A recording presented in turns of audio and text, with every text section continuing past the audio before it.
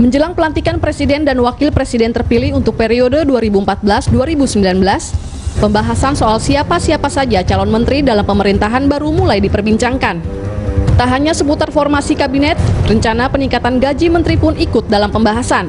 Rendahnya gaji yang diterima para menteri disebut-sebut sebagai penyebab banyaknya menteri yang kemudian tersandung dalam masalah korupsi. Tak tanggung-tanggung, 3 menteri yang masih aktif dalam pemerintahan Presiden Susilo Bambang Yudhoyono menjadi tersangka dalam kasus korupsi yang ditangani Komisi Pemberantasan Korupsi (KPK). Wakil Presiden terpilih Jusuf Kalla termasuk orang yang setuju atas asumsi banyak menteri jadi tersangka korupsi karena persoalan gaji menteri yang rendah. Menurut JK, gaji menteri cuma 19 juta rupiah. Sudah ada rencana kenaikan 10 tahun yang lalu saat ia menjadi wakil presiden mendampingi Presiden SBY. Tapi hingga kini nyatanya belum dinaikkan. Dibandingkan gaji DPR yang 70 juta rupiah, ditambah pula fasilitas macam-macam, bahkan masih kalah jauh dari Direktur Utama BUMN.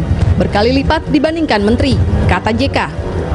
Jika demikian, berapakah gaji yang layak diberikan bagi para menteri?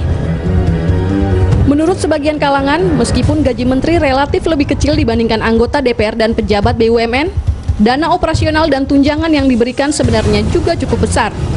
Maka dari hasil kajian akan diketahui berapa besaran gaji yang seharusnya diberikan bagi para menteri. Koordinator Indonesia Corruption Watch Ade Irawan menegaskan bahwa menteri melakukan korupsi bukan karena gajinya kecil. Karena bagaimanapun menteri tetap mempunyai banyak tunjangan untuk membiayai kehidupan mereka dan bahkan keluarganya.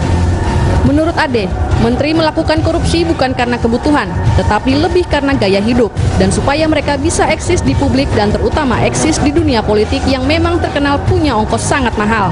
Jika begitu, bisa kita tarik kesimpulan bahwa masalah gaji bukan satu-satunya alasan yang menjadikan para menteri dan pejabat negara korupsi. Pertama itu masalah perilaku, kedua masalah sistem, dan yang ketiga masalah pengawasannya sendiri. Gaji kecil menjadi sebab menteri korupsi? Ini belum bisa dijadikan alasan, mengingat banyaknya orang di luaran sana yang berebut untuk menjadi menteri yang bergaji kecil itu.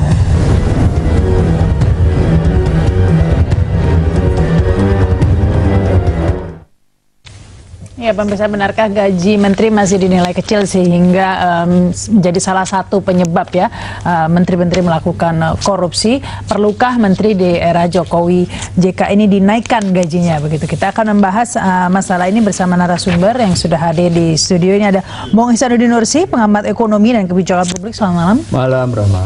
Profesor Siti Zuhro, pengamat politik dan ilmu pemerintahan. Selamat malam.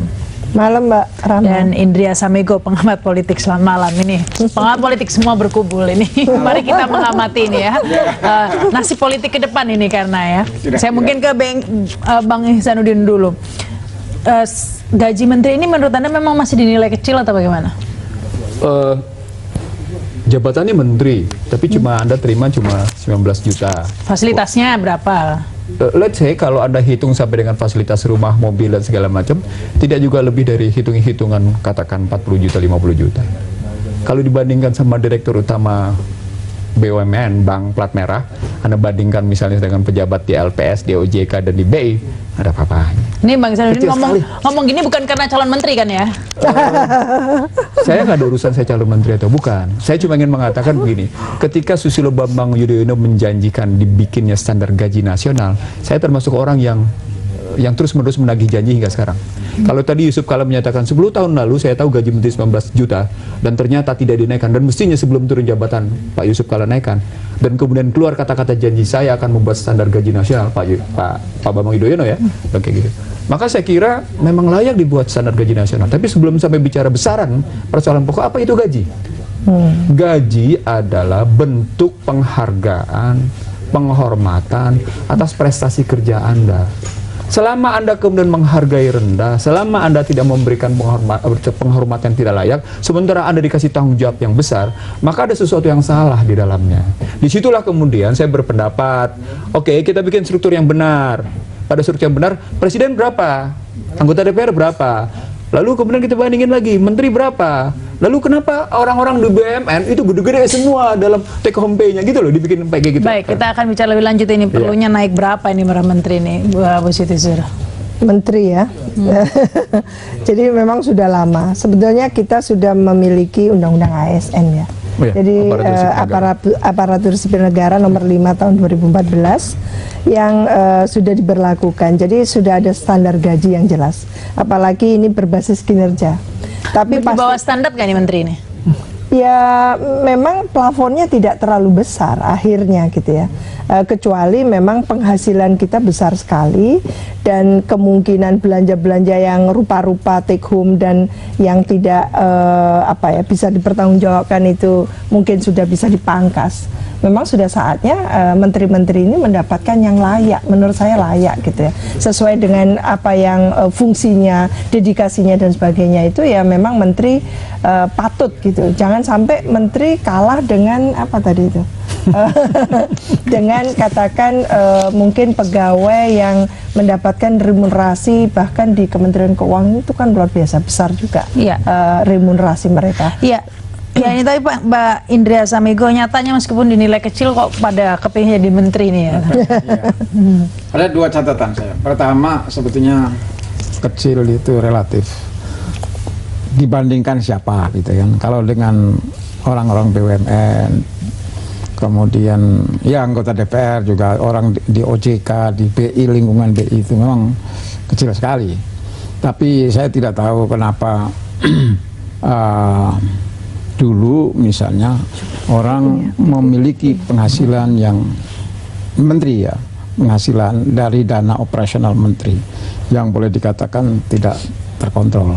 Sekarang ada KPK baru orang tahu itu ada persoalan. Catatan saya yang kedua, ya bagaimanapun juga menteri memiliki status sosial yang ya tinggi lah, sangat tinggi di mata orang. Jadi di Indonesia ini itu masih sangat penting ya, bahwa orang bekerja bukan sekedar gaji yang dicari, tapi apalagi biasanya yang menempati posisi menteri ini orang yang sudah menduduki mencapai status sosial tertentu di masyarakat, sehingga memang mungkin penghasilannya jauh lebih besar dari itu. Iya jelas. Tapi nggak bisa, nggak bisa karena ada beberapa jabatan menteri dia menduduki posisi-posisi tertentu sehingga take home pay-nya kalau dia bawa pulang ke rumah akhirnya ratusan juta juga. Itu hasil. Jadi kalau orang baru ribut sekarang sekitar 19 juta atau 19 juta 500, itu kan belum termasuk misalnya dia ditempatkan sebagai komisaris apa di sana, di mana posisinya. Itu kan belum ketahuan. Sementara komisaris itu paling nggak dalam sebulan dia terima duit.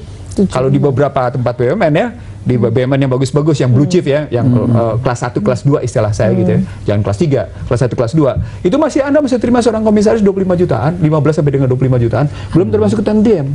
Jadi kalau dihitung-hitung berapa orang menteri, sesungguhnya kalau tambah-tambah akhirnya begitu. Tapi kan Joko Widodo bilang kalau sudah menjabat menteri tidak boleh dulu komisaris di mana-mana. Means buat saya, dalam pandangan saya, di situ berarti kewajiban seorang Joko Widodo sebagai presiden meningkatkan gaji sehingga respeknya, penghormatan, penghargaannya seperti yang Mbak Zuhro bilang dan Bang Indra bilang gitu.